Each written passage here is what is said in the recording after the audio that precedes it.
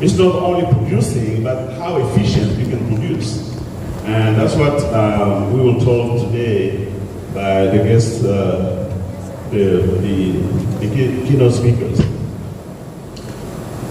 Can you recognize anybody there? I think the picture is so full that you cannot even see it. But I can guarantee Dr. Bison is not that picture, Dr. Katambi is not that picture. They have that big picture here. Most recently, we met in June in Atlanta, and that's the center. The center we meet annually to review what the center has done so far, so that we can come up with recommendations. So during that time, so we see the report. That's the director. Of course, I serve as associate director. Dr. Moses Cairo is the director of the center. Some testimony from USAID about the work we do, not only doing this project overseas, but training the next generation that will take over. So as we're growing older, so we need to initiate those young minds so that they can replace us when the time comes. Private sector, so the Pan-African Association, which is actually sponsoring this association. Public-private partnerships is very important. That's why we here in the center intend to collaborate, not only with universities here, but also with NGOs here in Nigeria. So those are some testimonials from our students. One of them went to China. Somebody's talking about kiwi. That's a keynote speaker, right? That is a big business in China. So this student happened to visit. That's in the background. That's a kiwi farming there. So again, there is a value to it. I talk about that Caribbean. So this is Belize. Anybody knows where Belize is? Belize? It's not a vegetable. It's a country. It's a country below Mexico and beside Guatemala. So, and we send students there as well. So, you know, they talk about the civilization in Europe and so forth, but in the continent, we have had these civilizations that we are not educating to our kids. And in Latin America, Maya is the best civilization back in the 15th century when they built these temples. And they are still there for people to see. I talk about the capacity building that the center is doing. This happened to be in Kenya, but also in the DRC, where we train the scientists to be efficient in what they do. This is a plant propagation lab, where you're able to multiply crops using meristem in the lab. So from one cell, you can produce more than 64 plants just from one cell. And they are free of disease. So that's the technology that we want to implement, and then we can get this cassava background there. This cassava, that's the lab that has the tissue culture. Just very quickly, so we do training in 4 areas.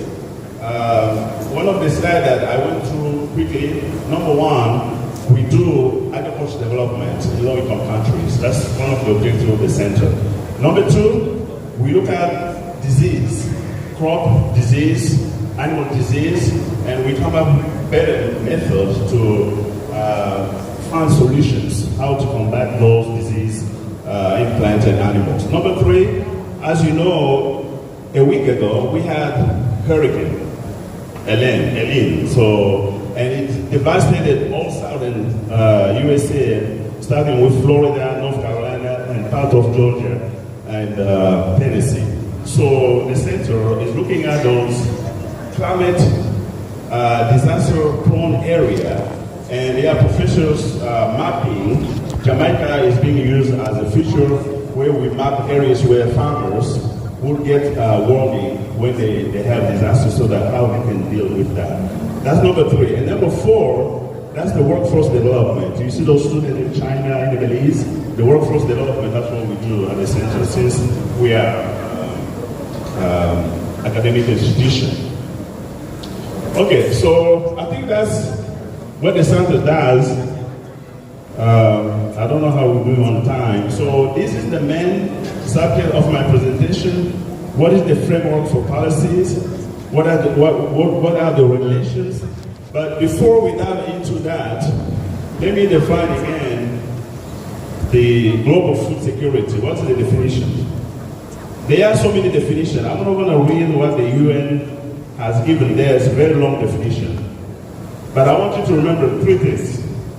I know the last one, the fourth one is stability. But stability, if you have completed the three, potentially you can ensure stability. Number one, you have to have the production of the food. How do you produce? You have to be efficient. You use better technology. That's number one. Number two, you have to be able to access the food. How do you access the food? If you don't have money, if you don't have income, and that's why you're going to see the outlook from ERA. ERS is Economic Research Service from the U.S. Department of Agriculture. They are ag-economists like me who actually deal with agriculture on economics side. They produce data, they analyze data, and then they communicate that to the federal government in the Congress, and then the Congress passes the law based on research-driven advices, right? So ERS, the Economic Research Service, has developed this outlook where they show that in 2023, the outlook was bleak, but in the coming years, things have improved. And that's why I was talking about those three components. Number one, production. Number two, access to food. And the last one is what? Utilization. That's the nutrition value, nutrition component of the food. We may be producing food, but we don't know how to utilize it. If you eat yam by itself, are you food secure? No. Because you are only getting starch, right? We know per day one has to consume 2,100 calories. But in those calories, it must be diversified. And that's where you have wheat, where you have protein, but you also have your starch, getting from cassava or from plantain or from yam. So those three components must be accomplished. But then we have factors that impact the food security. You see number one there, you see that income, right? The second one is what? After income. Can anybody read there? Food what? Food prices, right? Those are the factors that affect the food security. If you don't have good income, you cannot afford food. That's the access.